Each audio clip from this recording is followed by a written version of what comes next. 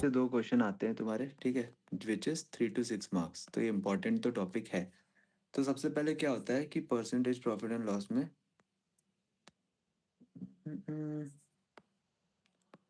पहला स्टेटमेंट आता है कि कई बार हमें ये नहीं पता होता है ना कि 20% ऑफ 80 अगर है, ठीक है? तो 20% ऑफ 80 है, तो यहाँ पे 10% तुम निकाल सकते हो। 10% 80 का 8, 20% 16। कहीं पे लिखा हुआ है 37% ऑफ 240 40। तो इसकी वैल्यू कैसे निकालोगे? देखो, 10% निकालना आता है। 10% किसी भी वैल्यू का निकालना आसान होता है क्योंकि वो 1/10 से डिवाइड करते हैं।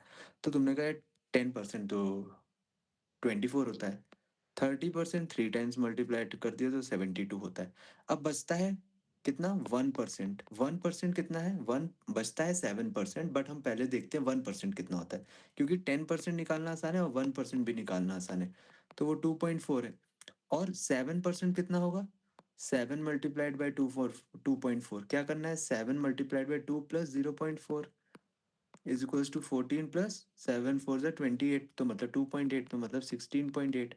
तो this 16.8 is 7% and this 30 percentage is 72। तो इनको अगर हम जोड़ देंगे तो हमारा आंसर क्या आ जाएगा? 88.8। ठीक है, तो तुम्हारा 37% का ऐसे आंसर आ गया। तो ये तो हो गया तुम्हारा बेसिक सा समझने के लिए कि 10%, 20%, 5%, 15% ये सब निकालने के तरीके। ठीक है, तो ये हमें बेसिक चीज समझ आई। इसका एप्लीकेशन कहाँ कहाँ होता है? एलआरडीआई में होता है और कॉन्ट्स में तो होगा ही होगा। ठीक है, वीआरसी में मत लगा देना। आगे बढ़ते हैं। ठीक है, इसमें एक लाइन है, एक्सीड्स के बाद जो नंबर होता है वो डिनोमिनेटर में आता है। अब मैंने ये लाइन क्यों लिखी थी अपने अपने टाइम पढ़ते हुए? क्योंकि मुझे कंफ्यूजन रहता था कि यार बेस में क्या आएगा। जैसे अगर लिखा है 20% ऑफ 100, तो मुझे समझ नहीं आता था कि मैं बेस में ऐसे क्या वैल्यू लिखूं। ठीक है, तो मैंने क्या एक रूल बनाया था कि ऑफ देन एक्सीड के बाद जो भी नंबर है वो डिनोमिनेटर में आता है। अभी इसका सिग्निफिकेंस उतना भी समझ नहीं आएगा, पर जैसे जैसे हम क्वेश्चन में बढ़ेंगे तो वैसे वैसे हम आंसर निकालेंगे और तब ये इंपॉर्टेंट होगी लाइन। ठीक, इसको अब हम लोग थोड़ा छोड़ देते हैं। फर्स्ट पॉइंट समझा, सेकंड पॉइंट समझा, थर्ड पॉइंट पे आते हैं। थर्ड पॉइंट आता है हमारा सक्सेसिव। एक मिनट, एक किसी ने मैसेज करा था मुझे।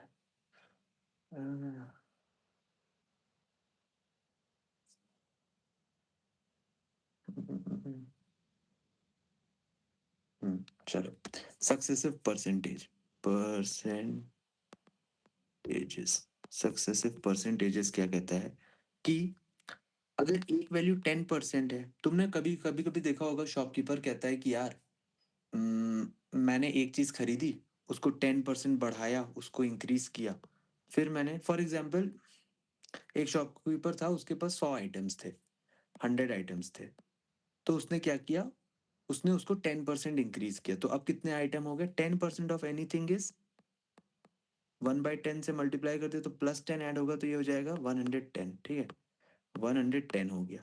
बट उसने कहा कि यार नेक्स्ट ईयर मैंने उस चीज को 20%, मे बी इसका ये रेवेन्यू है, मान लो एक कंपनी का रेवेन्यू है, तो वहां पे वो कह रहा है कि first year there was a increase of 10%, तो 110 हो गया। ठीक, second year there was a increase of 20% on revenue. Of on revenue मतलब इसका 20% कितना होगा? 22 ऐड होगा, 22 इसमें ऐड करोगे तो तुम्हारा आएगा 132। ठीक है, तो ये दो चीजें एक साथ हो गई, 2 परसेंटेजेस सक्सेसिवली लग गए। 2 परसेंटेजेस सक्सेसिवली लग गए। तो इसको सॉल्व करने का क्या तरीका होता है? पहला तो तुम्हारा यही मेथड होता है कि तुम मान लेते हो कि यार 100 था कुछ, 10% इंक्रीज हुआ, 20% इंक्रीज हुआ, 132 हो गया। फॉर एग्जाम्पल अगर मैं तुमसे कहूँ, तो अगर तुम इसमें देखो, इसमें तुम्हें दिखेगा कि 100 से वैल्यू कितनी हो गई है? 132 हो गई। मतलब 32% का इंक्रीज हो गया है। यहाँ पे 10% का था, यहाँ पे 20% का था, तो जो इंक्रीज हुआ वो 32% का हुआ कलेक्टिवली। अब तुम्हें यहाँ पे एक चीज नजर आई कि यार जो ऊपर 10% का इंक्रीज हुआ था, फिर 20% का इंक्रीज हुआ, और उनका सम करो तो 30 है, बट हमारा कलेक्टिव जो क्यूमुलेटिव इम्पैक्ट आया वो 32% का है। तो इससे हमें क्या समझ आता है कि यार सक्सेसिव परसेंटेज में वह दो चीजें ऐड हो रही होती हैं, तो उसका जो रिजल्ट होता है वो दोनों के एडिशन से बहुत ज्यादा होता है। ठीक है, उन दोनों के एडिशन से भी ज्यादा होता है। ठीक है, ये एरो से तुम ये समझे, यहाँ पे 32% हो गया। ये हमें बेसिक सी चीज समझ आई। तुमसे क्वेश्चन में पूछेगा कि एक आर्टिकल था, उसको 10% इंक्रीज किया, फिर 20% इंक्रीज किया, तुम बताओ कि सक्सेसिव इंक्रीज के बाद उसका नेट नेट इंक्रीज कितना आया। तो तुम बता दोगे कि 32% आया है। ये चीज समझ आई तो ये आज तो फोड़ दो, मैं तो कहता हूँ रिएक्शन को। ठीक है, ठीक, ये हो गया। उसके बाद अब नेक्स्ट इसी चीज में हम थोड़ा सा आगे बढ़ेंगे। अगर मैं कहूँ कि एक वैल्यू को 20% इंक्रीज किया है, दूसरी फिर से अगले साल 30% इंक्रीज किया है, मैं तुमसे पूछूं कि यार 2 साल में कितना इंक्रीज हुआ, 2 साल में कलेक्टिवली कितना इंक्रीज हुआ, इसका आंसर क्या होगा। देखो, हमने मान लिया कि यार 100 थी कोई वैल्यू, 100 थी कोई वैल्यू, फिर 20% इंक्रीज हुआ तो 120 हो गया। कैसे? क्योंकि 20% निकालोगे तो 20 आता है। फिर 30% इंक्रीज हुआ, तो 30% किसका इंक्रीज हुआ, इस वैल्यू का हुआ। इस वैल्यू का 30% इंक्रीज हुआ, मतलब 10% कितना होता है, 12, 30% 36, 30% 36। मैंने कहा यार इतनी सी बात है, मैं इसमें ऐड कर देता हूँ, 156 आ जाता है। तो कलेक्टिव कितना चेंज हो गया, कलेक्टिव कितना चेंज हो गया, कलेक्टिव कितना चेंज हो गया, 56% का चेंज दिख रहा है। कैसे दिखाइए, 156 दिख रहा है, 100 दिख रहा है, क्या करते हैं, 156 माइनस 100 अपॉन 100 इंटू 100, ये होता है। एक जो फॉर्मूला होता था परसेंटेज चेंज का, अभी हम इस पे भी आएंगे क्या होता है ये। ठीक है, तो ये 56% का चेंज है। तुम्हें फिर से क्या दिखा कि यार इसको जब हमने कलेक्टिवली ऐड किया तो ये वैल्यू लेस देन आई जो क्यूमुलेटिव है, लेस देन आई जो सक्सेसिव परसेंटेज है, उससे दिख रहा है। अब मैं एक क्वेश्चन देता हूँ, जल्दी से एकदम रॉकेट की तरह उसका आंसर निकाल दो।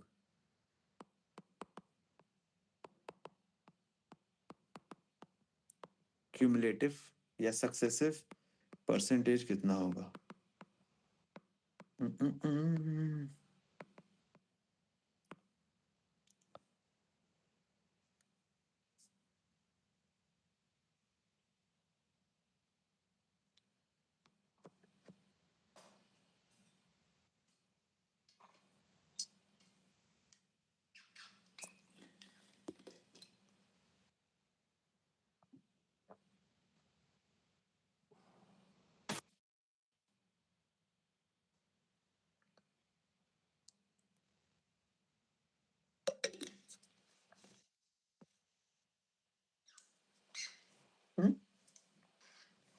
8.6,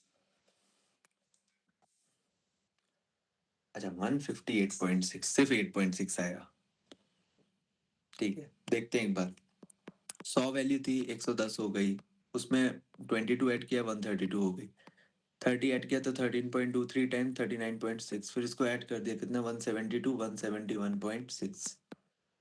इतना टाइम लगना चाहिए। ठीक है, यहाँ से लेके इसको देख लो तुम, यहाँ से लेके यहाँ तक का कितना चेंज है, 171 बन गया 100 से, 171 बन गया 100 से। इतनी चीज क्लियर है, इतनी चीज क्लियर है। अब देखो यहाँ पे एक बहुत ही, तुमने बुक्स में एक फॉर्मूला देखा होगा, A percentage plus B percentage plus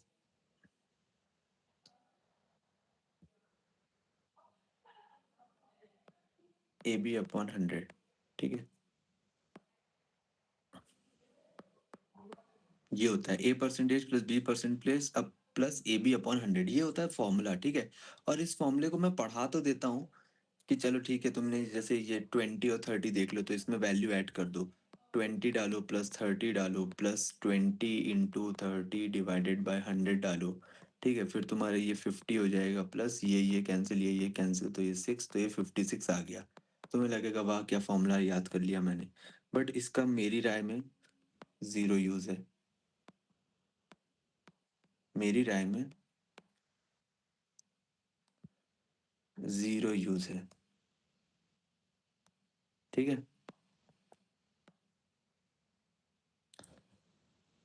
zero use है। समझ आता है ये? क्यों? क्योंकि ये करने से प्रॉब्लम है। क्या प्रॉब्लम है? अभी अगर मैं क्वेश्चन दे देता हूं कि भाई 10% का इंक्रीज हुआ, 20% का इंक्रीज हुआ, और 10% का, ये छोड़ो, ये भी छोड़ो, मैं कहता हूँ 20% इंक्रीज हुआ, 10% लॉस हो गया। एक बार नॉर्मल मेथड से करो, क्या आंसर आएगा?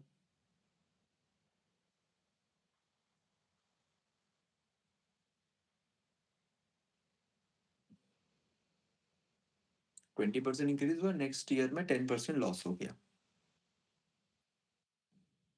108 तो वैल्यू है।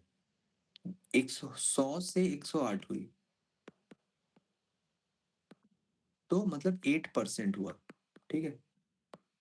हम्म। ठीक है, ठीक है, ठीक है। 8% हुआ। ठीक। 8% हुआ, बट अभी अगर इस फॉर्मूले से लगाओगे, now use this formula to do the same thing, तो तुम्हें यहाँ पे क्या होता है इशू, कि तुम्हें ए की जगह 20 रखना होता है, बी की जगह -10 रखना होता है, प्लस ए की जगह 20 और बी की जगह -10 अपॉन 100। फिर तुमने लिखा 10, इसकी वैल्यू इन दोनों की 10 आ जाएगी, फिर तुमने इसको इसको इसको इससे कट किया -2, तो 8% आ गया। बट द प्रॉब्लम इज, यहाँ पे एप्लीकेशन थोड़ा डिफिकल्ट हुआ, कई बार तुम गलती कर दोगे, माइनस नहीं लगाओगे या इधर नहीं लगाओगे, यहाँ पे इशू कर दोगे, यहाँ पे इशू कर दोगे। तो इसलिए मेरी राय में जीरो इसकी इंपॉर्टेंस है। बाकी बाकी कोचिंग पढ़ा रही है, उसको पढ़ा लेने दो। ठीक है, तो कोई बात नहीं। बाकी अगर तुम्हें भी लगता है कि वो मेथड तुम्हारे लिए अच्छा है। अब आते हैं हम लोग इसके बाद थोड़ा सा और आगे। सक्सेसिव समझ आ गया सबको? सक्सेसिव समझ आ गया सबको? मजा तो आता है वैसे यार ये रिएक्शन के साथ पढ़ाने में, कुछ करता हूँ मैं उसका। फोर्थ वाला जो है उसमें है परसेंटेज चेंज। परसेंटेज चेंज क्या? परसेंटेज चेंज होता है final minus initial upon initial into 100। ये शायद लोगों ने पढ़ा होगा बचपन में। नहीं पढ़ा तो अभी समझ लेते हैं। Final value minus initial value upon initial value into 100, तो होता है परसेंटेज चेंज। जैसे 100 था, 135 हो गया, तो इसका मतलब है final value 135 minus initial value divided by 100 into this. ठीक है, फाइनल दिस दिस, तो इससे तुम्हारा आता है 35%। बट अब यहाँ पे हम एक कॉन्सेप्ट यूज करते हैं, मल्टीप्लीकेशन फैक्टर। मल्टीप्लीकेशन फैक्टर है क्या? ठीक है, ऐसा भारी सा नाम है बट है बहुत काम की चीज, और है भी इजी। समझते हैं मल्टीप्लीकेशन फैक्टर क्या होता है। मल्टीप्लीकेशन फैक्टर क्या होता है? देखते हैं। अगर कोई वैल्यू मेरे पास 2 थी, कोई वैल्यू मेरे पास 2 थी, उसमें मैं क्या मल्टीप्लाई करूं कि 4 हो जाए?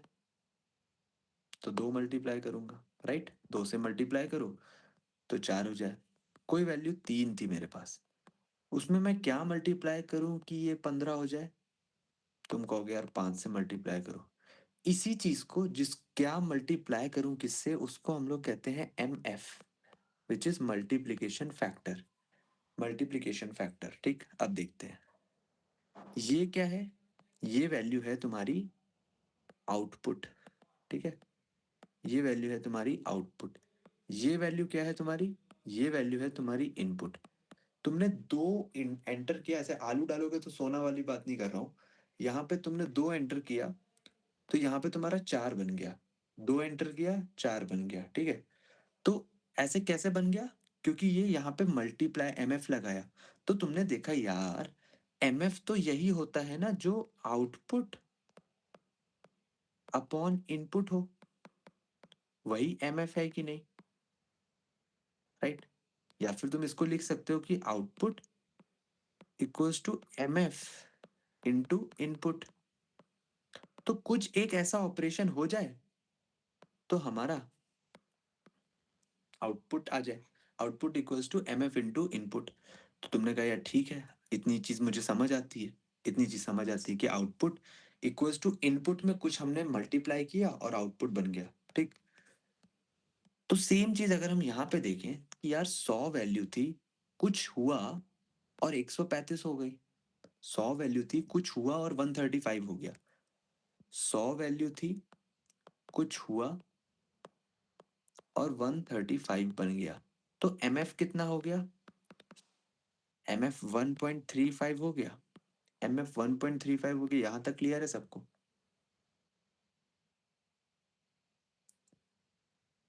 कूल। एम एफ, अब हमें ये समझ आया कि अच्छा एम एफ ऐसे होता है। सिमिलरली दूसरा वाला ऑपरेशन ले लो। कहाँ पे ले लूँ मैं? ये ले लो। 100 था, 156 हो गया। 100 था, 156 हो गया। एम एफ कितना हो गया? 100 कोई वैल्यू थी, उसमें कुछ एम एफ मल्टीप्लाई किया तो आउटपुट 156 है। एम एफ कितना हो गया? 1.56 हो गया एम एफ। तो मैंने कहा यार ये भी मुझे चीज समझ आती है। फिर मैं तुम्हें एक देता हूँ कि 10% का लॉस हुआ, 10% का लॉस हुआ, तो कलेक्टिवली कितना लॉस हो गया? एक बार ये जल्दी से निकालो, सक्सेसिव से, सक्सेसिव से।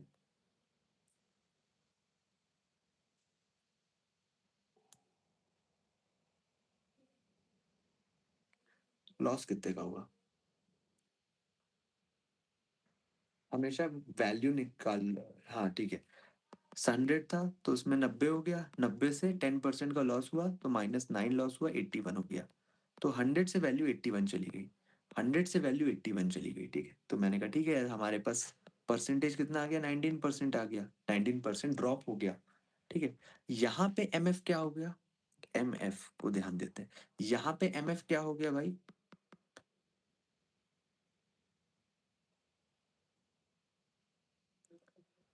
यहाँ पे एम एफ 0.81 हो गया।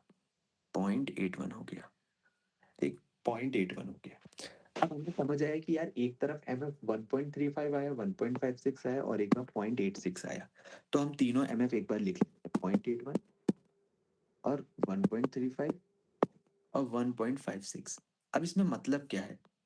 देखो, जब भी, अब यहाँ पे एक इंपॉर्टेंट चीज है, एम एफ अगर 1 होगा तो there is no change.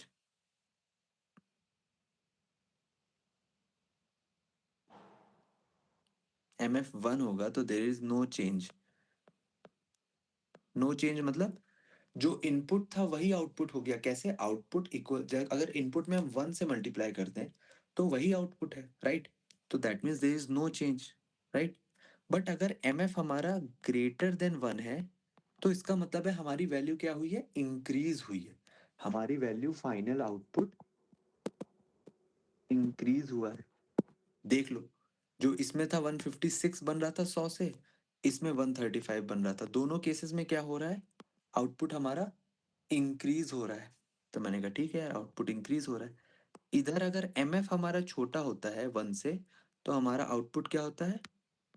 Decrease होता है। देखो, 100 था, 81 हो गया, ठीक है। तो हमें ये चीज समझ आई कि अच्छा यार ये तीन चीजें होती हैं। एक इस नंबर लाइन पे तुमने समझा कि यार 1 पे तो कोई चेंज नहीं है, 1 से ज्यादा का मल्टीप्लाई किसी चीज में कर रहे हैं वो तो ऑब्वियस सी चीज भी है। अगर किसी चीज को, जैसे अगर ये ईयरबड्स है, तो इसको अगर मैं 1 से किसी चीज से मल्टीप्लाई करूँ तो इसके बराबर ही हो जाएगा। बट अगर 1.1 कर दूं तो वो एम्पलीफाई हो जाएगा, बड़ा हो जाएगा, ठीक है। जैसे तुम्हारे तुम ये करते हो ना, देखो ये देखो, 1.3, 1.3843 दिख रहा है, 1.54, ये सब क्या है? ये भी एमएफ है, ये भी एमएफ है, ठीक है। अब देखो ये यहाँ तक आएगा, यहाँ तक आएगा, फिर वो 1 पे जाएगा फिक्स, उतने उतने की ही दे देगा स्क्रीन। और फिर यहाँ पे क्या दे देगा? यहाँ पे तुम्हें दूसरा वाला दे देगा एमएफ, ठीक है। ये भी एमएफ ही है, ठीक है। तो ये भी एमएफ ही है। तो देखो अब इसमें क्या इंपॉर्टेंस क्या है एमएफ की, कि जब भी हम एमएफ निकाल लेते हैं ना, जब भी हम एमएफ निकाल लेते हैं, 1.56 आ गया, तो हमें कुछ नहीं करना होता है, हमें इससे पता चल जाता है परसेंटेज चेंज कितना है। डायरेक्टली कितना, कैसे पता चलता है? जो भी एमएफ आया है तो उसमें क्या होता है, क्योंकि एमएफ 1 से फ्लक्चुएट हो रहा है तो हमें देखना होता है कि 1 से वो कितनी दूर है। 1 से वो कितनी दूर है? तो वो 1 से कितना दूर है? अगर ये 1.56 है तो वो 1 से कितनी दूर है?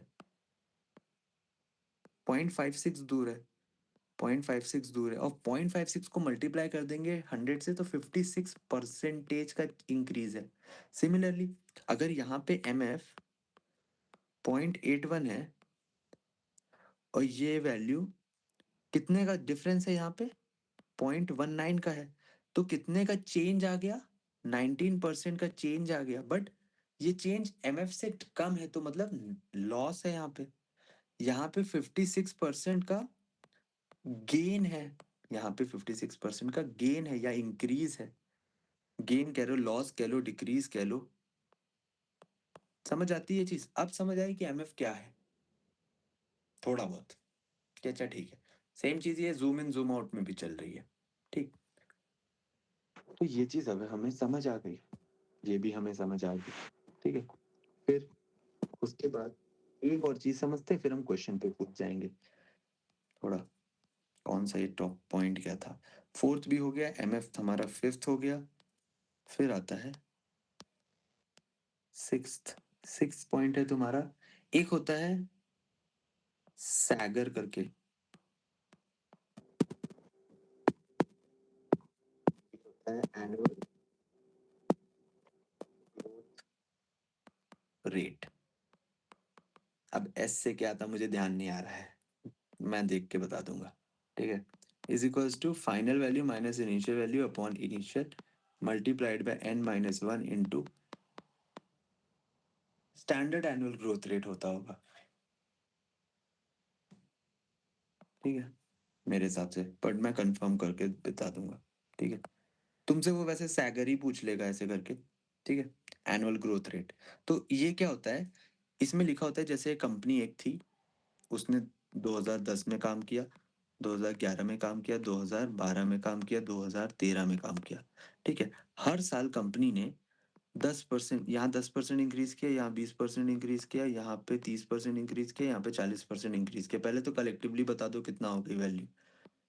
थोड़ा तुम लोग भी पेन वेन चलाओ, मैं भी इधर से चला रहा हूँ, तुम भी चलाओ।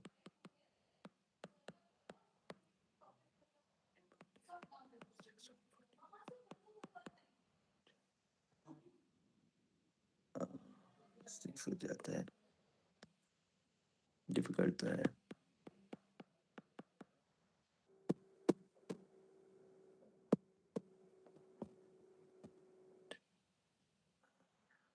ये हो जाएगा 421, 69, 69 71।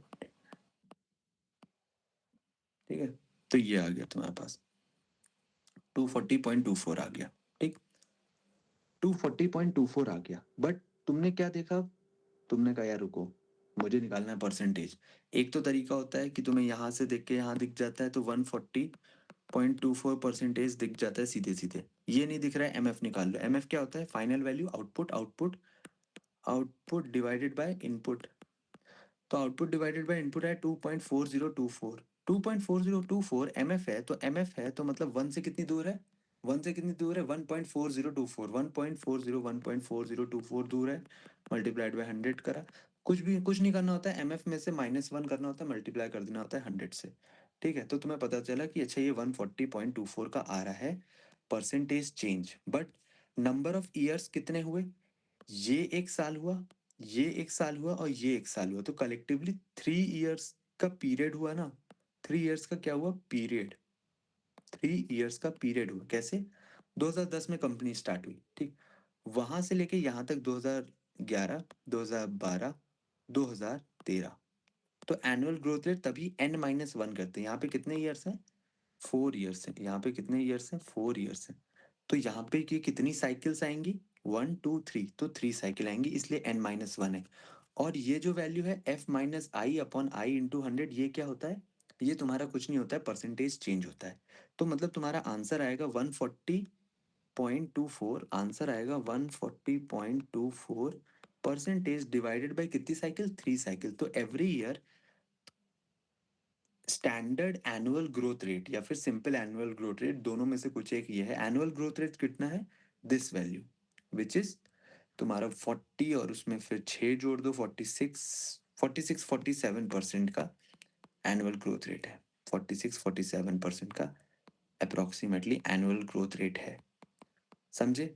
कि 47% का ऐसे ग्रोथ रेट है एनुअल। क्लियर हुआ ये? क्या बोला इसने? पर इसका उतना ये आएगा तो ये स्नैप या एनमैट में आ जाएगा। कैट में तो ऐसे स्टैंडर्ड सा नहीं पूछते हैं ये, क्योंकि उनको जानने से मतलब नहीं है कि तुम्हें ये सैगर का मतलब के पता है कि नहीं। ठीक है, तो इस चीज को हम समझ गए, इतनी सारी चीजें हम समझ गए। अब हम आ जाते हैं थोड़ा यहाँ तक हम समझ चुके हैं, ठीक है। अब हम आ जाते हैं, थोड़ा क्वेश्चन कर लिए जाए, थोड़े क्वेश्चन कर लिए जाए तो तुम्हें